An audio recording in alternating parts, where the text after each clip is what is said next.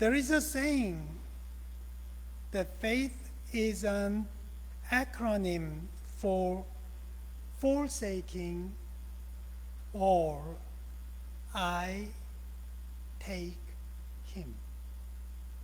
So forsaking or I take him, that is faith. We must acknowledge that it is God who fills us with his divine power to overcome our struggles. As humble Christians, we should recognize that God enables us to glorify him through our sincere obedience. When we follow his guidance, we become participants in the divine nature. Let me share one story. One day, a man was hiking along a trail in the Grand Canyon. He took a wrong step, lost his balance, and began to fall. In desperation, he grabbed onto a branch sticking out from the canyon wall. And hanging there, he cried out for help. Then suddenly, he heard a voice. I am your God. Relieved, the man called out, please save me. The voice responded, let me ask you something. Do you believe in me? The man answered, yes. I've gone to the church, to church every Sunday since I was a boy. I volunteered many times. I worked for you. The voice said, so, do you believe in me?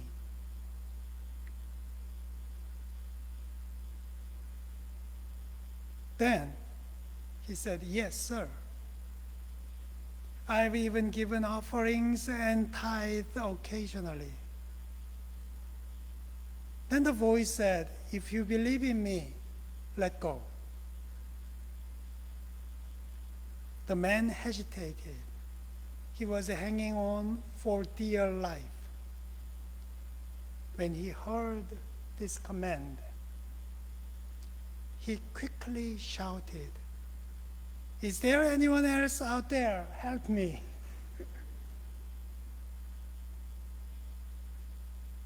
He couldn't let go. A few minutes later, exhausted, he lost his grip and fell.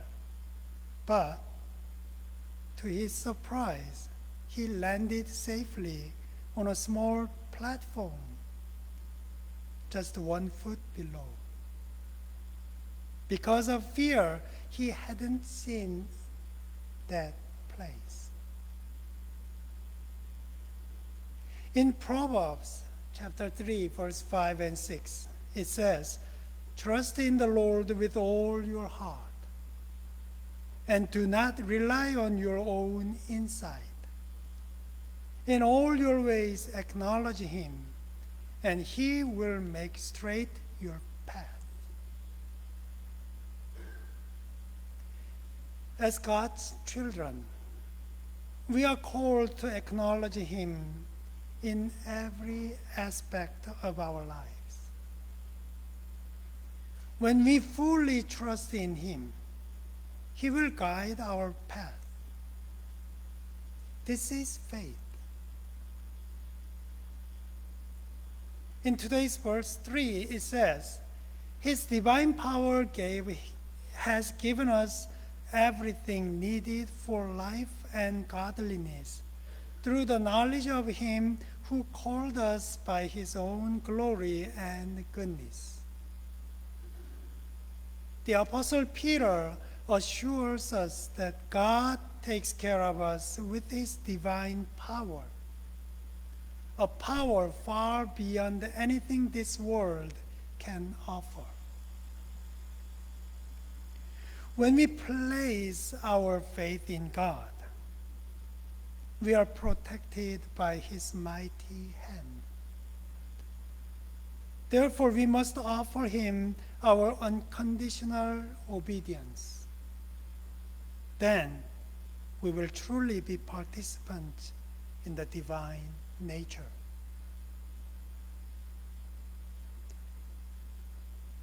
To take part in the divine nature, we must support our faith with several key virtues. In today's verse 5 through 7, the Apostle Paul writes that we need goodness, knowledge, self-control, endurance, godliness, mutual affection, and love. In other words, if we are true Christians, we should cultivate at least these 7 virtues. The first thing we must add to our faith is goodness. According to the Merriam-Webster Dictionary, goodness is the quality or state of being good. As children of God, we are called to be a positive influence in the world. Goodness has the power to inspire others to act. As Christians, we should bring light and encouragement to those around us. We must be good friends to those in need, good parents and good children, and be good workers, teachers, students, and business people. We are called to be good servants of God in every role. To this goodness, we are to add knowledge. When knowledge is used alongside goodness, our faith begins to produce spiritual fruit. We need wisdom to guide our actions. It is not enough to simply do good. We must do it wisely. Helping others in the right way, at the right time, is crucial. Sometimes, even well-intentioned actions can be criticized if they lack discernment. That's why wisdom is essential in practicing goodness. However, Peter says that knowledge must be accompanied by self-control. Without self-control, knowledge can lead to arrogance.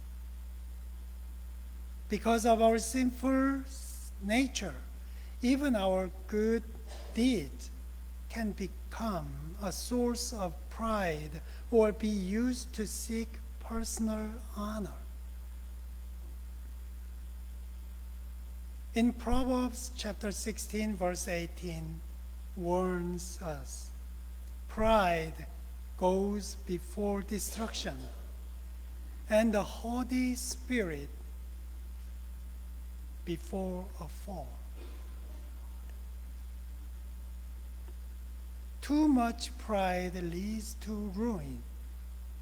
God resists the proud,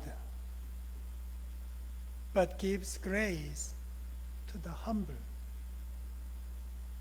Therefore, we must temper our knowledge with self-control. To self-control, Peter tells us to add endurance. Self-control must be sustained over time.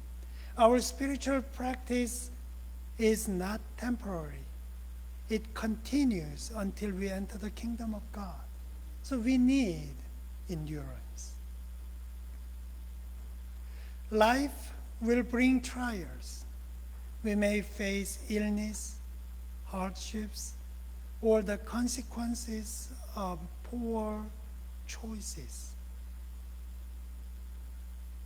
But we must endure through these trials in order to partake in the divine nature with godliness. When we are humble and honest before God, we begin to reflect His characters through godliness.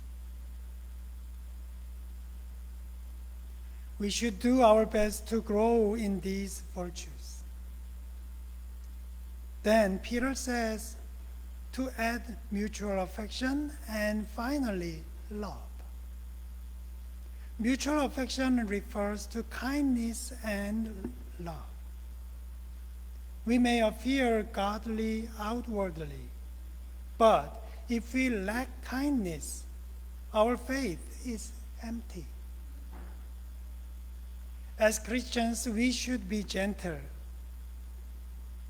respectful, and kind.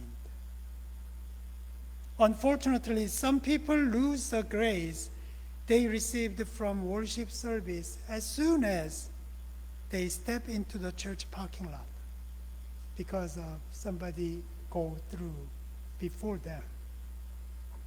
It doesn't matter how much we pray or serve. If we don't show love and kindness, our faith becomes superficial. Don't just be religious. Be faithful with humility. And finally, Peter says that on top of all these virtues, we must show love. Love for God and love for our neighbors. Faith without love is meaningless. Our faith is made visible through love. To be true participants in the divine nature, we must remember Peter's teaching in this passage. The journey begins with faith and is fulfilled through love, a love that reflects the heart of Christ. Faith, goodness, knowledge, self-control, endurance, and godliness must be displayed in our daily interactions with others through kindness and love. We should continually examine ourselves to see whether these virtues truly live within our hearts. Which of these virtues are you lacking in your spiritual journey? I believe that many of you are already participants in the divine nature because we are God's children. As children of God, sincere Christians, we must continue to fight the good fight so that these virtues are evident in how we relate to others as Christians. The Apostle Peter says in verse 10, "Therefore, brothers and sisters, be all the more eager to confirm your call and election. For if you do this, you will never stumble." We must strive to live holy lives as participants in the divine nature in order to overcome the temptations of Satan.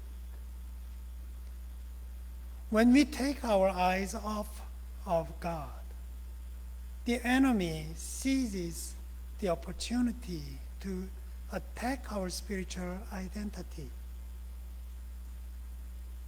But when we practice these virtues daily, we fulfill God's will and live as His faithful servant. However, we cannot develop these virtues by our own strength or our ability. We need help from Jesus. Peter reminds us in verse 11, "For in this way, entry into the eternal kingdom of God, kingdom of our Lord and Savior Jesus Christ will be richly provided for you.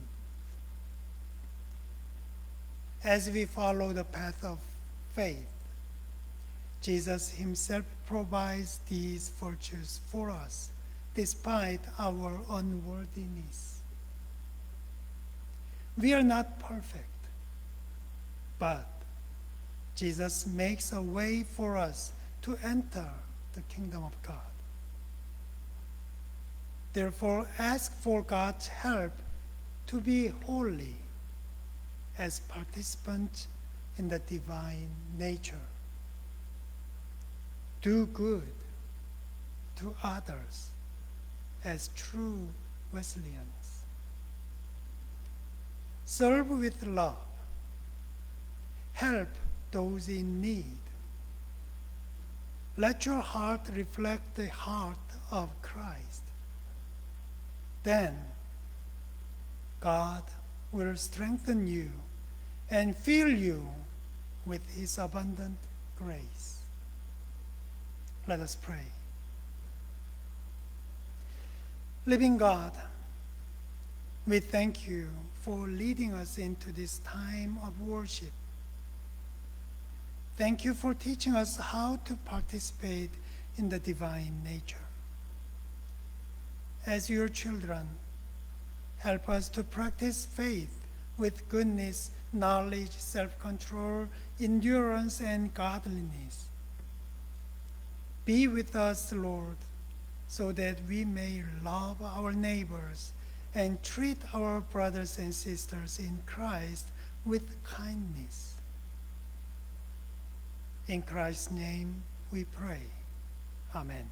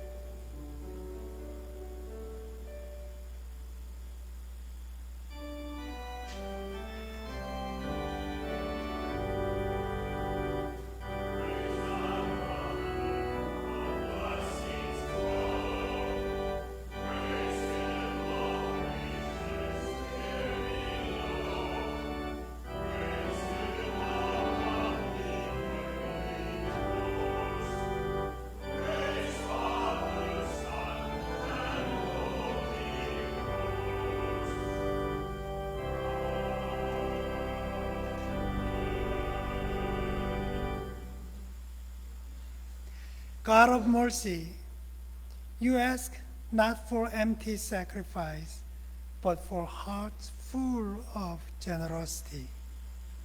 Teach us to be generous with our gifts, our time, and our spirit of grace, just as you have shown boundless goodness to your people throughout all generations. We lift up these offerings not out of obligation, but in gratitude and love.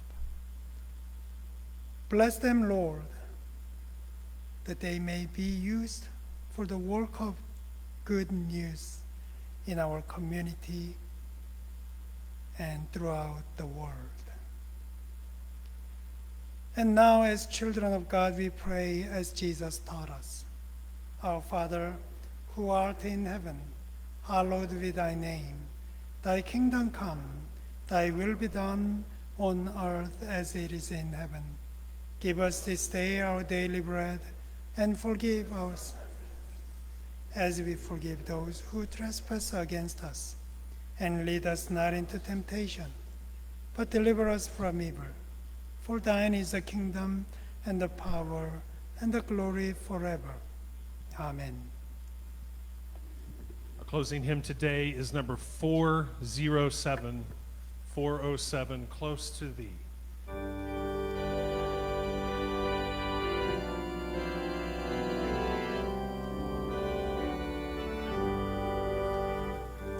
My everlasting portion, more than friend or life to me. All along my pilgrim journey, Savior, let me walk with thee. Close to thee, close to thee, close to thee, close to thee. All along my pilgrim journey, Savior, let me walk with thee. Not for ease or worldly pleasure, nor for fame my prayer shall be. Gladly will I toil and suffer, only let me walk with thee. Close to thee, close to thee, close to thee, close to thee. Gladly will I toil and suffer, only let me walk with thee.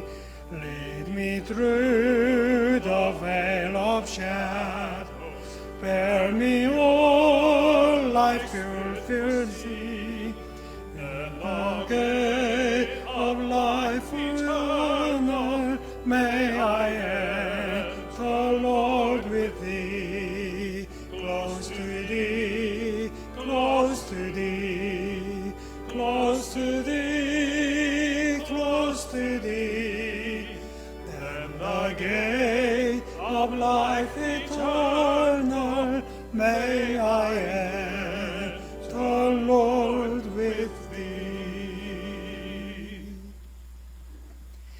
As you leave this place and return to the world, may you recognize the presence of God in everyone you meet. May you be a maker of peace wherever you go, and may your life reflect the unity of God through the unity you share with all living things as one who participates in the divine nature. Now, may the grace of the Lord Jesus Christ and the love of God and the communion of the Holy Spirit be with you all. Amen.